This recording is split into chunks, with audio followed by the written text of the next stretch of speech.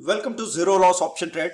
दोस्तों, हमारे stock market को लेके, कमोडिटी को लेके, क्रिप्टो करेंसी और रियल एस्टेट को लेके भी कोर्सेज है।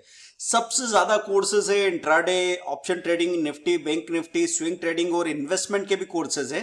तो कई बार लोग कहते हैं कि सर एक जेन्युइन प्रॉब्लम यह है कि अब हमारे पास भी कोई पैसों का पेड़ तो लगा नहीं है, टाइम भी इतना ज्यादा नहीं है, तो हम कैसे सीखें, कैसे अफोर्ड कर पाएंगे चीजों को। तो इसके लिए हम लोगों ने एक प्रोविजन बनाया है कि हर रोज किसी न किसी कोर्स में एक बहुत बड़ा डिस्काउंट होगा, मे बी 80-90% के आसपास। मतलब किसी को सोचना ही नहीं पड़ेगा। जो कोर्सेज लेने के लिए आपको कम से कम 3-4 लाख रुपए की कीमत चाहिए थी, वो कोर्सेज हो सकता है आप 50-60,000 में ही कर पाओ। तो आपको करना क्या, हर दिन जाके चेक करो क्या कूपन है और उस दिन सामने जो कोर्स आ रहा है वो सीख लीजिए।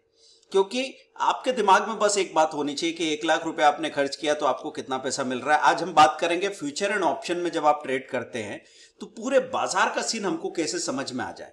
दोस्तों, मैं पंकज जैन बताने जा रहा हूं कि F&O में, फ्यूचर एंड ऑप्शन में आप काम करते हो नहीं करते हो फर्क नहीं पड़ता।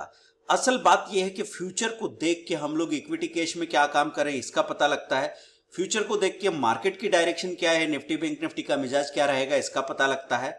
तो हम यहाँ पे फ्यूचर्स में देखेंगे कि कौन कौन से फ्यूचर में अगले दिन के लिए लॉन्ग बिल्डअप हुआ है, किस में शॉर्ट कवरिंग हुई है, कहां लॉन्ग अनवाइंडिंग हुई है, कहां पे शॉर्ट बिल्डअप हुआ है। और ये भी हम 3 नजरियों से देखेंगे, प्राइस के नजरिए से, कॉन्ट्रैक्ट के नंबर्स जो है मतलब कितने सौदे हुए हैं, नंबर ऑफ ट्रेड्स, कॉन्ट्रैक्ट्स कितने हैं उसके नजरिए से, और OI के नजरिए से।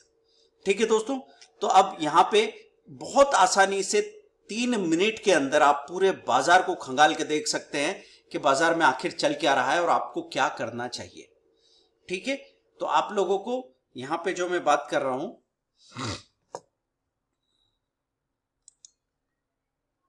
यहां पे एक चीज ये देखनी है कि सपोज मैंने यहां पे लॉन्ग बिल्डअप कर दिया। पहले प्राइस के हिसाब से लॉन्ग बिल्डअप देखा मैंने, तो प्राइस में लॉन्ग बिल्डअप बता रहे हैं कि ओपन इंटरेस्ट पॉजिटिव है, प्राइस चेंज भी पॉजिटिव है। किस में दिख रहा है ज्यादा, अडानी एंटरप्राइज और जेके सीमेंट में। तीसरे नंबर पर बर्जर पेंट है।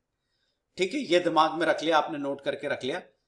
फिर शॉर्ट कवरिंग किस में आ रही है, तो शॉर्ट कवरिंग का मतलब यह है कि ओपन इंटरेस्ट तो नेगेटिव हो रहा है वहां पे और प्राइस चेंज पॉजिटिव है। मतलब जो गिरावट थी वो रुक गई है और अब प्राइस ऊपर चलने लगी है। मतलब शॉर्ट सेलिंग हो रही थी, अब पलट के इन स्टॉक्स ने, इंटेलेक्ट ने, इंडस टावर ने, बजाज फाइनेंस ने ऊपर चलना शुरू किया है।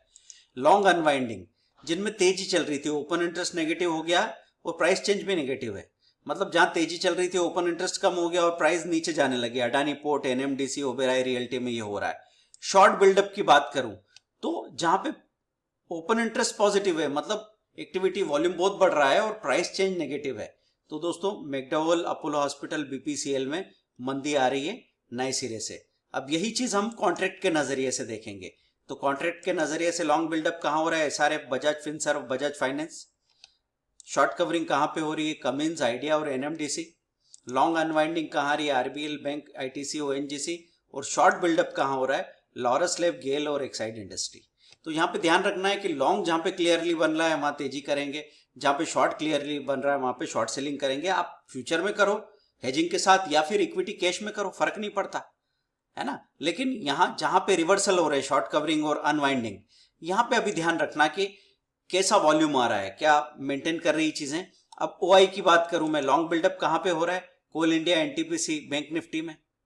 शॉर्ट कवरिंग कहां पे हो रही है, UPL, मुथूट फाइनेंस, मेट्रोपोलिस में। लॉन्ग अनवाइंडिंग कहां हो रही है, तेजी चल रही थी अब मंदी होने लगी, DV, सेल और PNB में। और शॉर्ट बिल्डअप कहां हो रहा है, जहां पे आप मंदी करो, SBI, पावर ग्रिड और सिंजन में। ये जो आपको यहाँ परसेंटेज दिख रहे हैं दोस्तों, ये 13%, ये किस चीज का, OI में जो चेंज आया उसकी बात हो रही है। OI इतना बढ़ चुका है लेकिन SBI में गिरावट ही आई है ना। तो उस बात का ख्याल रख के आप पूरे बाजार को यहां देख लेते हैं। अब वहां से आप इक्विटी कैश या फ्यूचर ऑप्शन का डिसीजन ले सकते हैं। तो सीखते रहिए हमारे साथ। ये वीडियो कैसा लगा, लाइक करो, शेयर करो, एक ग्रुप बनाओ ताकि आप उनके साथ अपना नॉलेज शेयर कर पाओगे। दोस्तों, अगले संडे को फिर 1 बजे एक सेमिनार होगा, एक फ्री कोर्स होगा जैसा इस बार हुआ था, आप सब लोगों ने बहुत पसंद किया, थैंक यू वेरी मच। और आपको शॉर्ट वीडियो मिलेंगे दिन के 5, उनको लाइक और शेयर जरूर करें अपने ग्रुप में। और अप स्टॉक्स में अकाउंट खुलवा के 24/7 का सपोर्ट पाइए।